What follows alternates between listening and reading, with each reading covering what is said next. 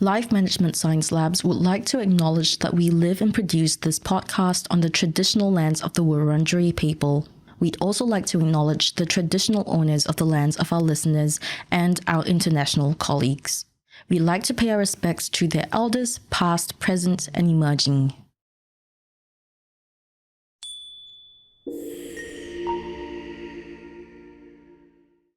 Hi, and welcome to Reloscope, the Relationship Science Insights podcast produced by LMSL, the Life Management Science Labs. We are champions of life management science, providing structured insights informed by science and inspired by practice on key aspects of conscious living. Each week, we bring you scientific and practical insights on each element with the expert knowledge of professionals in the field. I'm Marie Stella, your host from Melbourne, Australia. Let's start the show. Hello everyone and welcome back to the show. Today we are diving into the topic of jealousy, something that everyone probably experiences at some stage in life, but that some people may need to manage more intentionally than others. Today we are going to learn more deeply about jealousy, triggers and healing with our expert Dr. Mary Lamia. Mary is a clinical psychologist, psychoanalyst, and professor who works with adults, couples, adolescents, and preteens in the San Francisco Bay Area.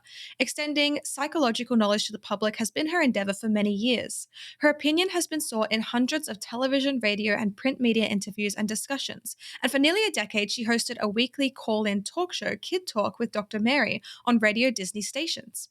She is a frequent media commentator and blogs for Psychology Today and Thrive Global. She is an author and co-author with 6 books of her own. So I'm very excited to learn from Mary's expertise in this episode. Welcome to the show. Thank you, Sarah. Amazing. So just to get us started, could you introduce us sort of to yourself and the topic almost in one go? Can you tell us a bit about what led you to pursue psychology? Oh, I was interested in psychology ever since I was a teenager, but when I was a teenager, psychology was not really popular. It's not well known as it is now. Everybody talks psychobabble, and these days anyway. But that was 60 years ago when I was a teenager. So that was a long time ago. But I began reading various books that I found, and I became excited about it. I was actually a literature major in college and happened to come across a psychoanalyst who was teaching a course about extreme pathology in people and took it, and I was hooked. And then I pursued my doctorate after that. Oh, wow. That's amazing. So you were really interested from quite a young age then. I was, and part of that was circumstantial, given, my family history and a lot of loss Right. and things that I experienced. I mean, sometimes that leads you to start thinking about who you are or why things are the way they are. Yeah. Oh, absolutely. All right. Well, that's really fascinating. Just to get to know you a little bit better, this is our segment, Have You Met Mary? And this is where I just have some sort of icebreaker questions for you. So first of all, do you have a favorite book? I do have a favorite book, but it's not fiction because I read almost exclusively nonfiction. Mm-hmm. And the favorite book I have is The Science of the Art of Psychotherapy, written by a psychologist named Alan Shore. And Interesting. it's just very comprehensive, and I love how he puts together various theories of psychotherapy and psychology, and he's so well versed in the literature and just does a great job. That's fantastic. And do you have a movie that you've enjoyed recently? A movie I've enjoyed recently. Well, I don't generally watch movies, but recently I've watched a few, and I really liked Conclave and was glad I watched it given what's gone on with the Pope. Yeah, I've actually kind of been wanting to watch that one myself because I thought that was fascinating as well. And are you listening to any podcasts at the moment, or are you, too busy being on them yourself? Oh, well, I'm too busy. I don't know about being on them myself all the time, but I once in a while will listen to news podcasts. Mhm. Those are fascinating to me. But I don't listen to too many because No, I'm that's so okay. busy right now. Yeah, absolutely. And do you have a role model? This could be somebody personally or professionally, if you like. Sarah, that's a hard question to answer because I have many role models. One that comes to mind is an assistant manager I met in the grocery store. Oh, wow. And one of the things he said to me, I happened to overhear his manager scolding him about something. And I really liked this assistant manager. He's just a really fine guy. And I said, oh, I was so sorry to overhear that. And he said, Dr. Mary, we can learn from everybody. Wow. And it is true. Yeah. And that's one of my mantras. And, I so admire people who think and who learn from error. And I think you'll find in talking about the emotion of jealousy, that's particularly prominent. And I think it's really important to learn from your errors and your mistakes. And that's a fantastic mantra to have. Final question for you here. Is there a course or a class that has inspired you? A course or a class that's inspired me, not recently. Fair enough. Not recently. I have to take a lot of courses for continuing education, but can I say that one has inspired me? I guess there was one on shame about 25 years ago that really inspired me, and that's a very important emotion to know about. And Yeah, I'm for sure we'll talk sure. about that when we talk about jealousy. Yeah, sounds good. Well, let's get into it then. So, diving into our topic for today, we have a few definitions that we want to talk about so that we know what's going on for the rest of the podcast and we're clear. So, first of all, what is jealousy? Well, jealousy is an emotion. It's not a core emotion. It's an emotion that's made up of several emotions that we feel when we perceive a threat to a valued relationship or something we want or an Mm, obstacle of sorts. And it involves the emotion of fear and shame. And secondary to that, anger mm, often comes about with jealousy. interesting. Okay, so it's made up of many things. And secondly, what is a trigger? Oh, a trigger. A trigger is it refers to a stimulus. I mean, people say they've been triggered or you're triggering me, and they don't always know what they're referring to. They know that they're referring to something they feel that has been activated by something said or done by another person, usually, or an event. But a trigger is actually a stimulus in our environment that activates our emotion or emotional memory, to be specific, Mm, uh, that we feel negatively about generally. We don't usually say we've been triggered in a positive way, but usually in a negative way. yeah, interesting.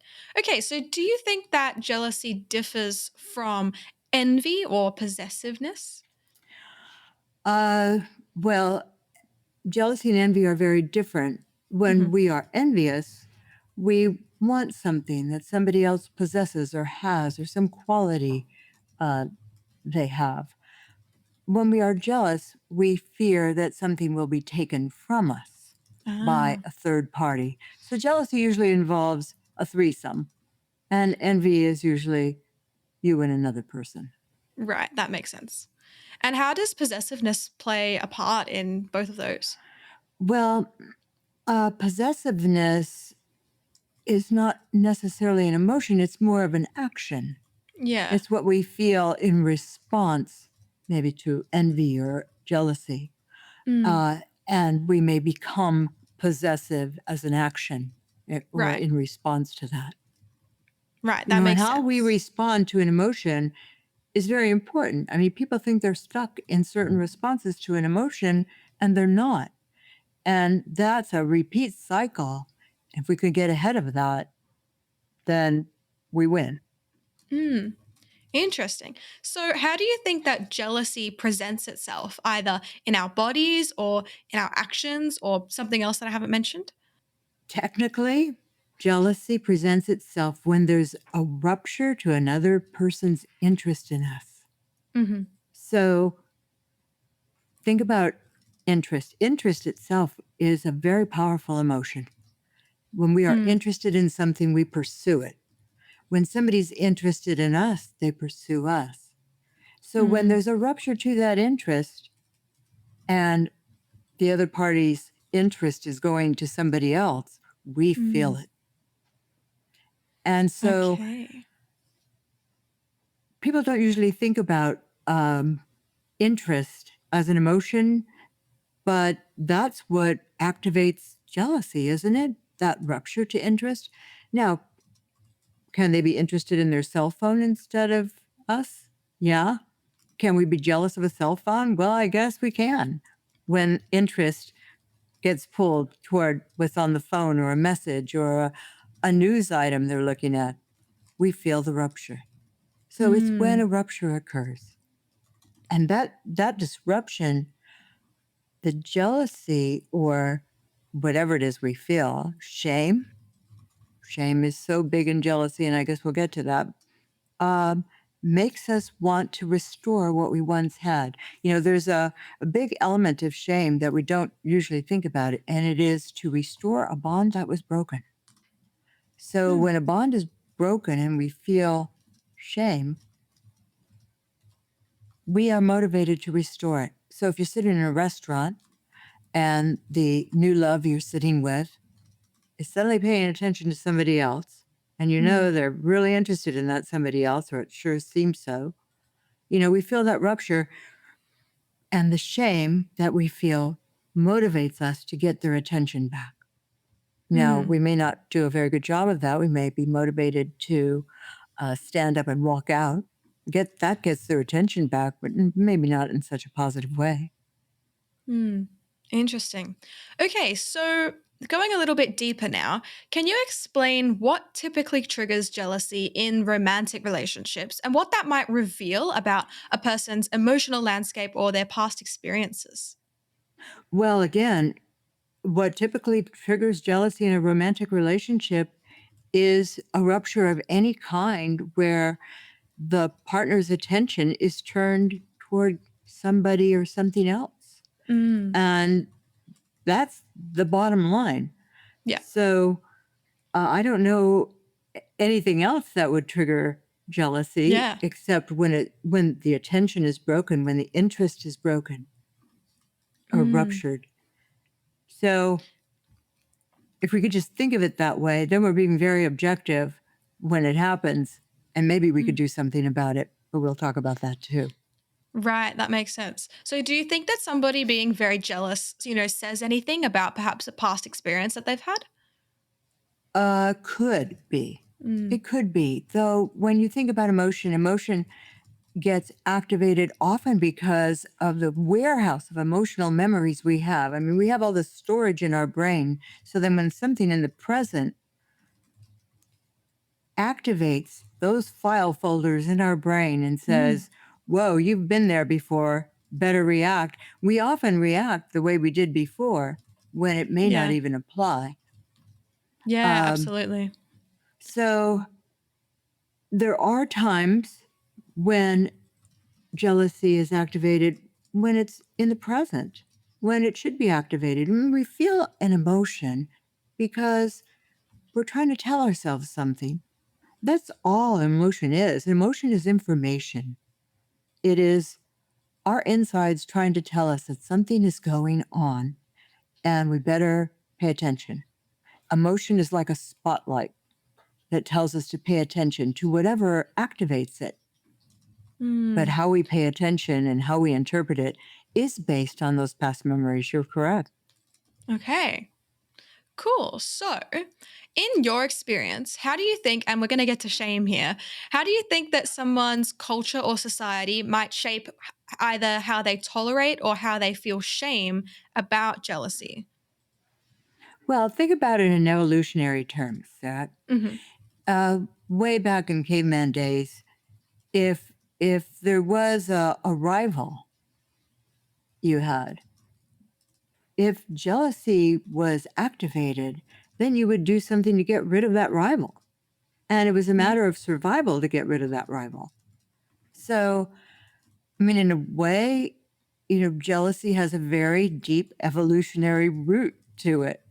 And so within our culture, within society, that still exists to some degree. And well, you look at the behavior of some people and you think they're still on the caveman days responding to jealousy and, conking the rival over the head. But the emotion is there, and the emotion is there to protect us. And it says, be alert. Somebody's going to take away something you have that you value. Well, if you are in a situation where, or grew up in a situation where you have a lot of separation anxiety, let's say, attachment anxiety, you're more likely to have a big jealousy response than somebody who doesn't have a lot of attachment anxiety, somebody who feels very secure in their attachments. So it often depends upon how you were raised, the culture in which you were raised, the values you were raised with, that can determine how you respond. Yeah. Absolutely. It's always got so much to do with childhood and how you attach to different people and that kind of thing. I've heard a bit about this recently and it's really fascinating. So, for somebody who, let's say, feels overwhelmed by their jealousy, what steps would you recommend them taking for maybe gaining some insight into why they're having, this quite big emotional response? Jealousy gives us an opportunity to learn about ourselves by asking some important questions. Um, you know, what is it that I think I am losing? How do I compare in my mind to that third party? And what do I really think is going on if I step back and stop fearing the loss, but instead look at what's going on? Because jealousy can be very complicated. There's one party who's jealous, but then there's the other party. Are they evoking jealousy or provoking jealousy because they want to feel more secure? They have an anxious attachment. I've seen situations where people just provoke their partners to be jealous because that makes them feel more secure.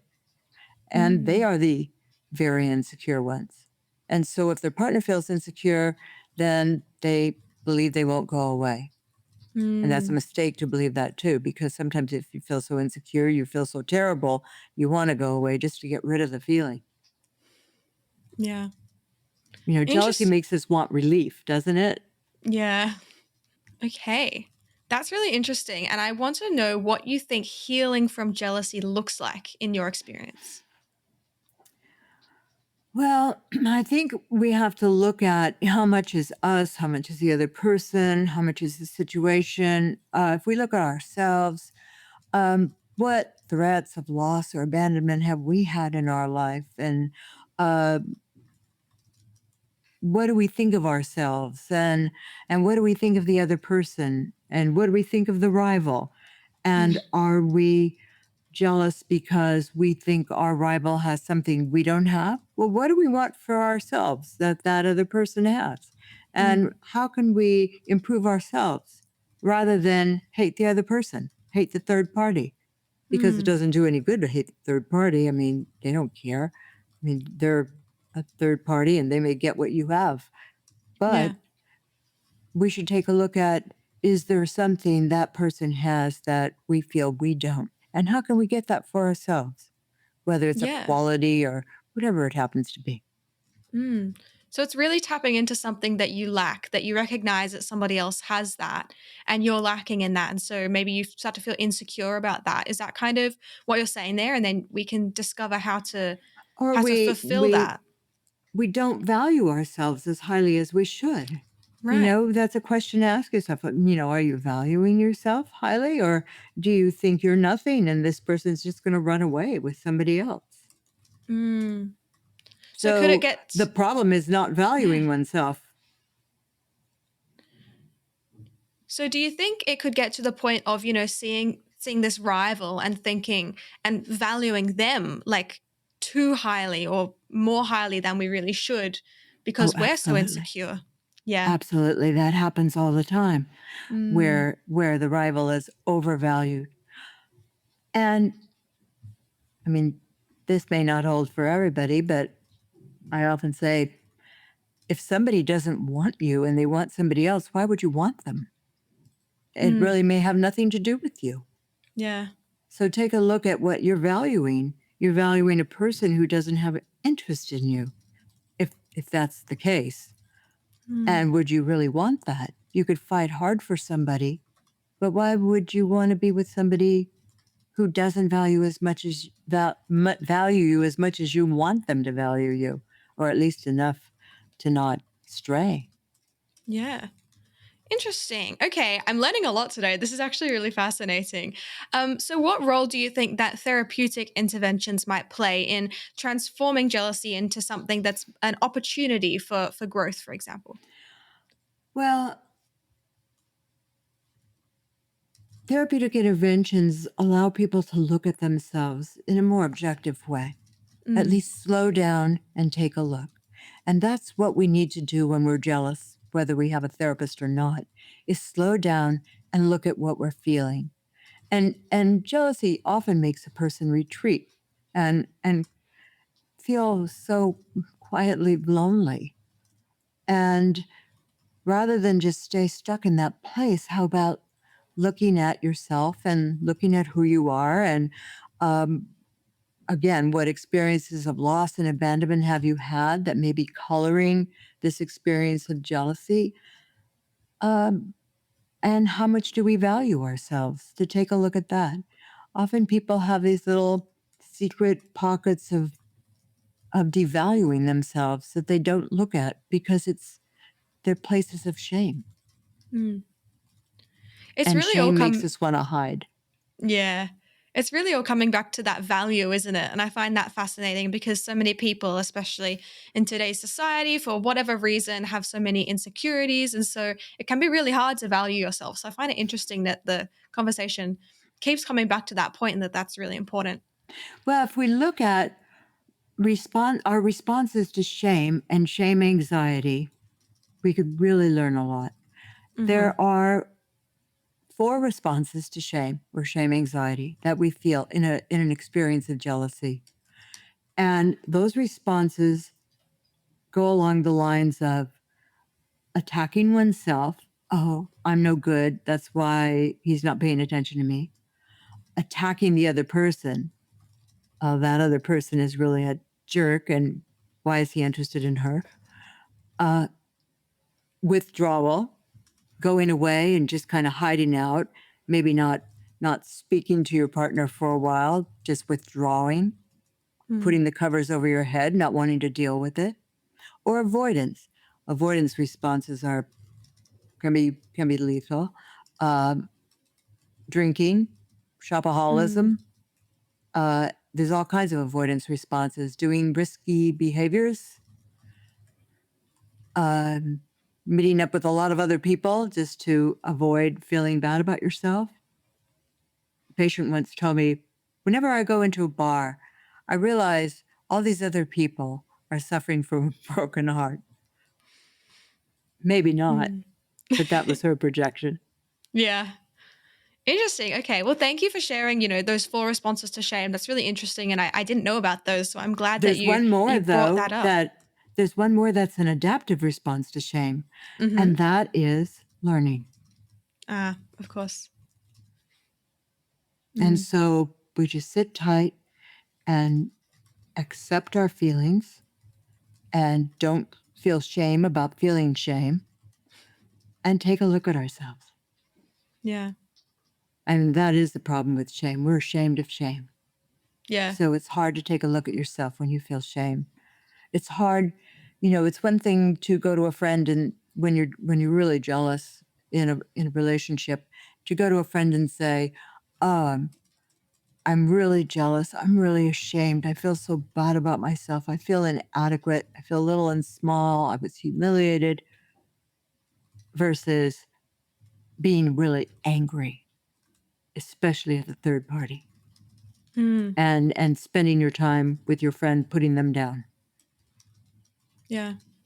I think it's so easy to get in a cycle of like a vicious cycle of like, oh, I feel ashamed about feeling these emotions, one of which might be shame, or I feel anxious about feeling anxious, or I'm worried I'm going to feel anxious in the future. Or those kind of feelings that just get us stuck in loops that are really difficult to get out of. So I'm glad you brought that up because that's really interesting to me as well. We run away from shame so much. As I said earlier, shame makes us want to hide.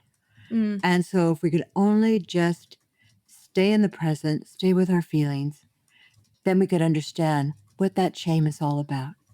And it makes us powerful. yeah. I can give you an Okay. example of that if you want. Yeah, go ahead. It's not about jealousy so much. It's about learning in general.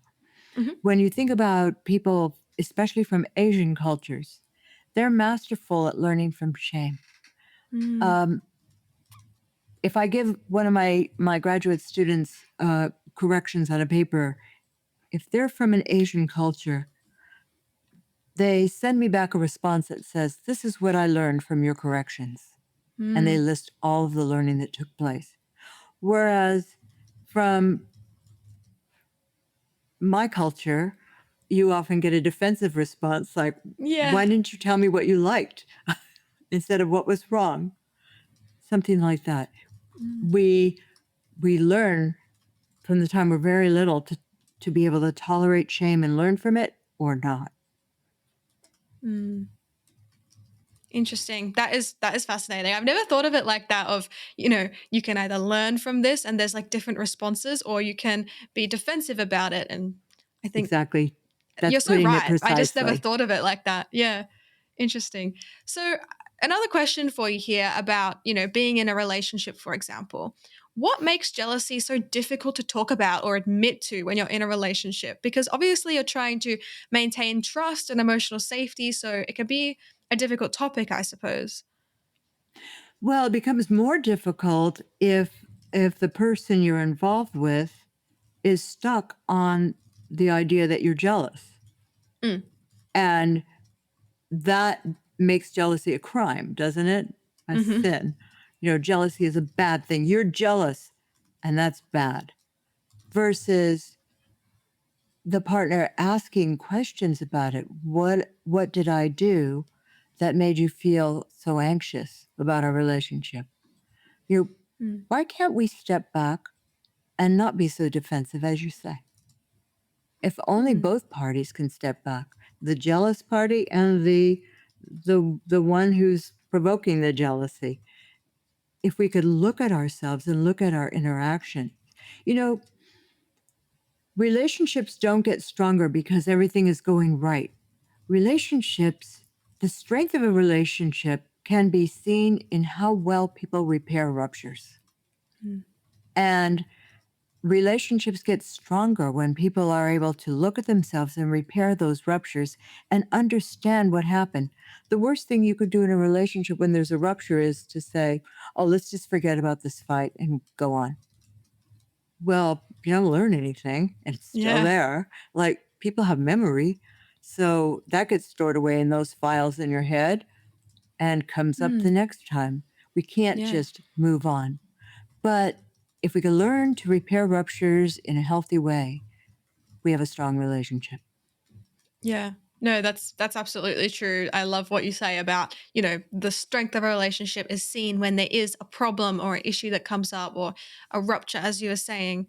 It's very clear when people are like, good problem solvers and they're able to communicate clearly and get through that. I think it's really important. And, you know, you see, such perfect relationships happening on the internet and you kind of wonder, what's going on behind the scenes there and how are they dealing with things. And it's great to hear that you think that the strength of it is really in when those problems do come up. It's really nice to hear that not everything goes smoothly. And as you said, it's very important not to be defensive. And can we learn to not be defensive? We sure can. Everybody should practice non-defensiveness, whether it's with their kids or their partner or teachers or whoever it is, to be able to step back and take a look at it and talk about it rather than, put up our guard so fast. Mm, But that's a human quality that we all have, is to be defensive, is to protect ourselves. And we protect ourselves so many times when we don't really need to do so. What do Yeah. we got to lose to say to a partner, oh, I didn't realize I did that. I didn't realize that offended you. Or Mm. I'm so sorry. Or tell me the truth about dinner. Oh, you didn't like it? What didn't you like about it? Mm. Rather than, I worked all day for that. Yeah. Absolutely. So, my next question for you here is something that we haven't really talked that much about yet. We haven't talked that much about triggers, but I did want to ask about sort of communicating. Should we communicate our perceived triggers to those around us? Oh, so it depends how. Mm-hmm. If you're having a conversation with somebody and all of a sudden you feel something being activated in you, maybe the worst thing you could say is, that triggered me, Yeah. or what you said triggers me. That cuts off the conversation because it Yeah. puts the blame on the person who triggered you. Mm. They don't know what's in your head. They don't know what's in your heart, what's in your file folder of memories in your brain. And so it's not necessarily the other person's fault, but Mm. maybe it's something you could educate them about. When you talk about these kinds of things in front of somebody like me, this is what happens. You didn't know that, and I'm sorry, but it does. Um, should we communicate our triggers? We can, but not in a way that necessarily should stop a conversation, Mm. but in a way where you're cautioning somebody. But if you were in a relationship with somebody and they had a bunch of triggers, wouldn't you feel you couldn't be yourself anymore Mm. because you'd be walking on eggshells? And if you have to walk on eggshells around somebody, that's not a relationship. Mm. So, should we communicate our triggers? Yes and no. Yeah. Do you think you could? This is a suggestion, but I might not be right. So please correct me if this is not a good way to do it. But do you think you could kind of, if you're having a conversation and you feel an emotion come up, quite a strong thing that you might call it a trigger, that something has triggered you, could you say something like, I'm feeling something strongly about this. Can we come back to it after we're done with the conversation? Or could you say, I'm feeling something strongly about this. Can we talk about that? Absolutely. Hmm. Absolutely. But if you say something triggers you, often Mm, it cuts off a conversation. yeah. You're saying something in a way that promotes a conversation. Yeah. That's what I was trying So to do there. that works beautifully. Okay. Or I would think it would work beautifully. I hope Um, so. but how about, yeah, I mean, the same thing is what you said brought up some feelings in me, Mm, and I didn't expect them to come up. yeah. And they're my feelings, they're nothing you did wrong. Yeah. I think it's important to communicate that as well, that like, I didn't know this was going to come up. You obviously had no idea this was going to come up. Nobody's necessarily at fault, but it could be a good thing to talk about so that we can handle it, for example. But when you think about triggers, Sarah, Mm, isn't almost everything a trigger? I mean, we get to a certain age and we have a gazillion emotional memories. yeah. So every single thing we experience activates an emotional memory in our brain, whether we're conscious of it or not. Often we're not conscious of our emotional memories being activated, but they're Mm, getting activated. So, what is the purpose of an emotional memory? The purpose of our memory is to protect us, is to mm, help us plan for the present and the future and our behaviors, what we're going to do, how we're going to proceed. So, if memories serve the purpose of protecting us because they tell us information we've had in the past, mm, then so many things are a trigger. When we walk out the door and go down the stairs, we might be cautious about going down the stairs because we once fell. Or, mm. you know, everything can be a trigger. But Yeah. we're not always saying, well, I'm triggered, I'm triggered, I'm triggered. No. Well, but sometimes there's some big emotional memories that get activated in people Mm, and they just stop the conversation rather than right then and there, as you point out, are able to talk about them or go home and think about, Mm, how their triggers interfere with their relationships mm, and how to get around that somehow, or how mm. it interferes with their everyday functioning. But again, we all have triggers. I used to have a hard time going into flower shops because the scent of, especially lilies, Mm. would get to me. And it was a scent I remembered from being a little girl and being at a funeral. Right. And it was just so powerful the way it would activate the sensory memory I had that was negative. Yeah. And there was a woman who owned a flower shop who I really liked, and I would go in there once in a while, and I got to like her more and more. We became good friends. And eventually, that friendship overpowered the activation of that memory of the Wow. scent of flowers. And so I loved going in the flower shop, and it became a peaceful place to be rather than a place that evoked an emotional memory I didn't like. Yeah. So, yes, we can change our triggers. Wow. That's a really interesting example, which actually ties into my next question. I'm not sure if you have one, but could you share an example of a situation, obviously anonymously, where a couple successfully worked through some jealousy in therapy and sort of what changed for them? Well, I had a couple who had been dating for about 6 months, and a couple of months into their relationship, um, we'll call them, I don't know, I won't give them names. Diana and Carl. Okay. So Okay. Diana uh, finds out from Carl because he told her so that when they had first started dating, the first couple of weeks, he was still with his ex.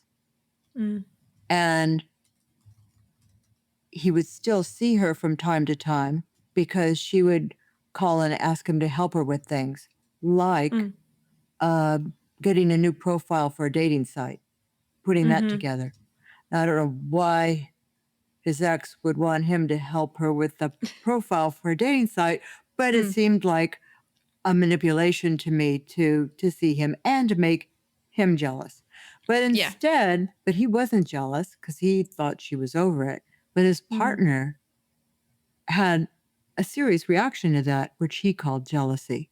And he mm, kept saying to her, he was one of those people, Carl was one of those people who would say to her, you're just jealous. You're just jealous. When the ex would ask him to take care of her cat for a mm, couple of days and stay at her house. Oh, you're just jealous. But she wasn't really jealous. It didn't seem like jealousy to me.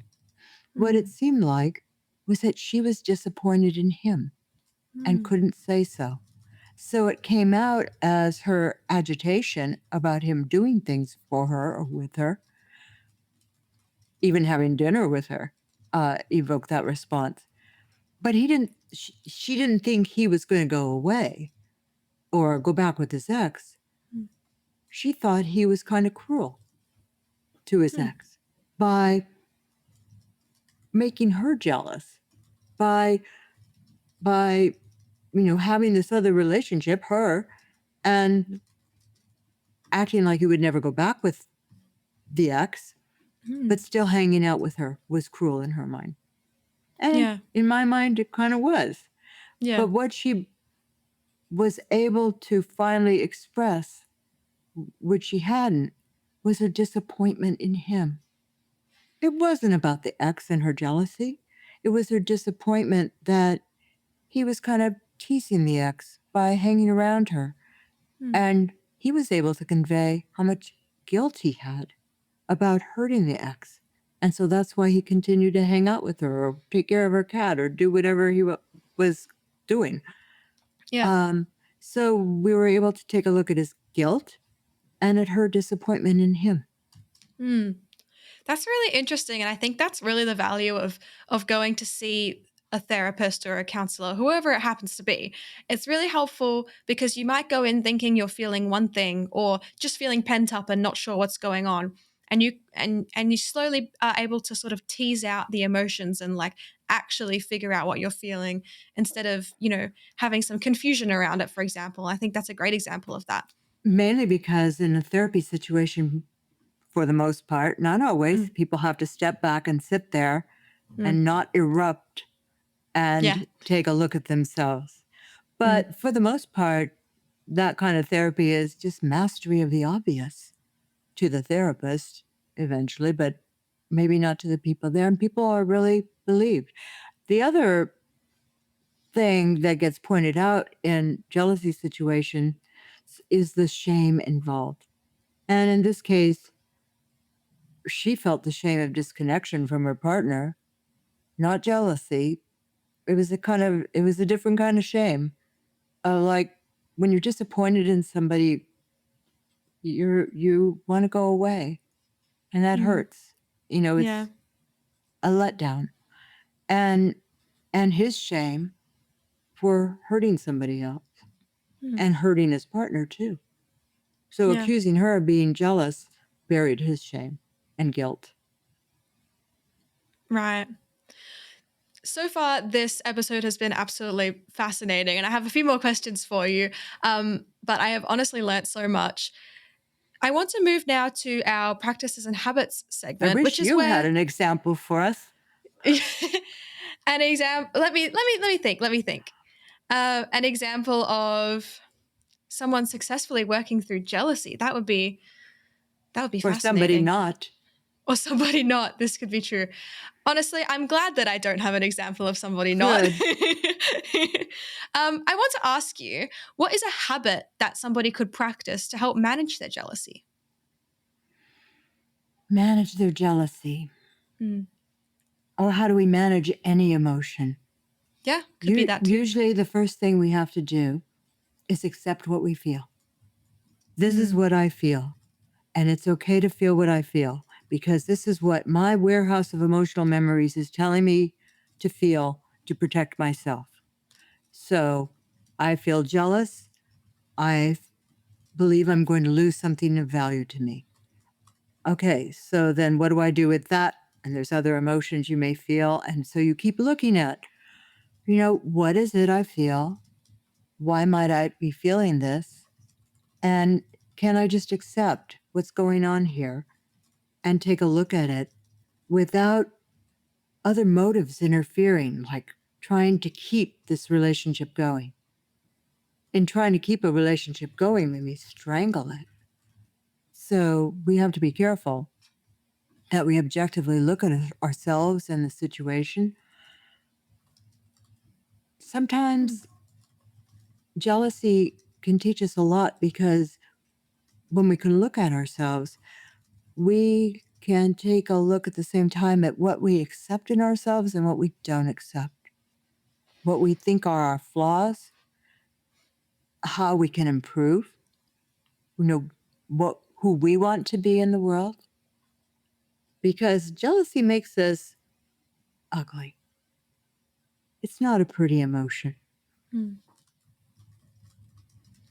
What do you think that people would struggle with in doing this practice, in trying to accept what they feel and realize that it's, an emotion that is probably just trying to protect themselves?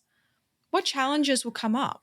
The biggest challenge, the biggest challenge happens to be their responses to shame. Mm. If you find yourself responding to shame by attacking yourself or attacking the other person or through avoidance or withdrawal, you're going to go nowhere because Mhm. you're going to get in a cycle of shame responses that only hurt you. I can't tell you how many times I have heard of cases of young adolescents who try to hurt themselves because they're jealous or because they fear abandonment. And so they end up in the hospital or they end up with scars on their arms. How does that help them restore a relationship? It's so maladaptive to attack yourself. Or how many people consume massive amounts of alcohol when they're jealous or they have the anger of shame? I mean, they do. Lots of people do that. And they think by getting drunk that somehow that's going to help. Well, it could help them forget for a little while, but it's just a shame cycle, a defensive cycle. So that's the main thing, is making sure you're not responding to shame in your behaviors. Yeah. So, unfortunately, we are coming near to the end of the episode now. So, I'd like to move to our open mic. This is your chance to talk about anything you're passionate about. It doesn't even have to be related to what we've discussed so far, but of course, it can be. So, the floor is yours. Oh, Sarah, that's a difficult one. But what pops into my mind first is the idea of what motivates people to do things ahead of time or to procrastinate. That was one of my pet topics that I wrote a book about, on what motivates getting things done. Because I was reading paper after paper, and there's over 1,000 papers that say procrastinators are wrong or bad or depressed or slackers or bad people in some way. And I did my own research. Well, I analyzed all these papers, and I found a fatal flaw in all of them, which is these studies did not separate people who procrastinated and succeeded from people who procrastinated and failed. Being a failure is different than being a procrastinator.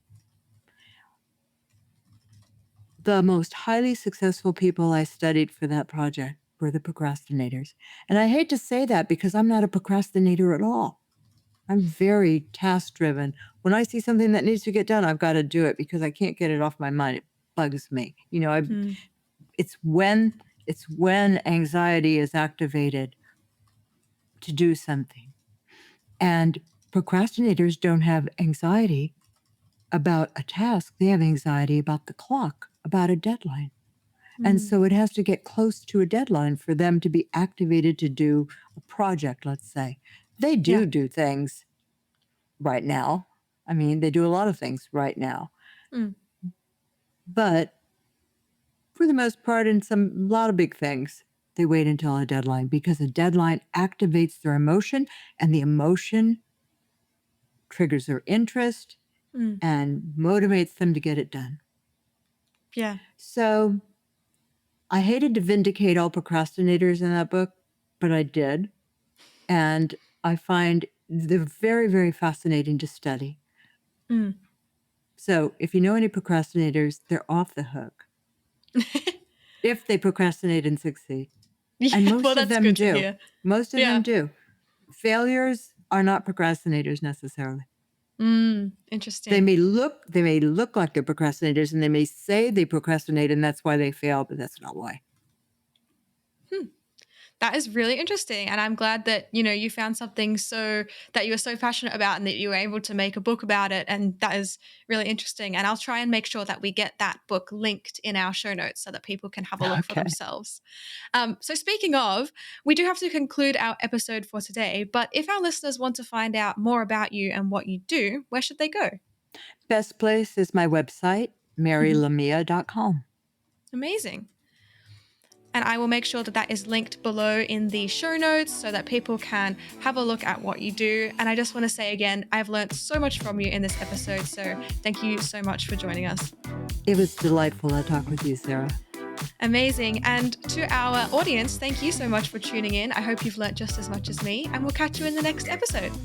You've been listening to Reloscope, the Relationship Science Insights podcast produced by LMSL, the Life Management Science Labs. For more episodes like this from 10 different life management perspectives, search LMSL on YouTube, Apple Podcasts, Google Podcasts, and Spotify, or wherever you listen to podcasts, so you can get updated on everything we have to offer. We have a wide range of topics readily available for you to check out.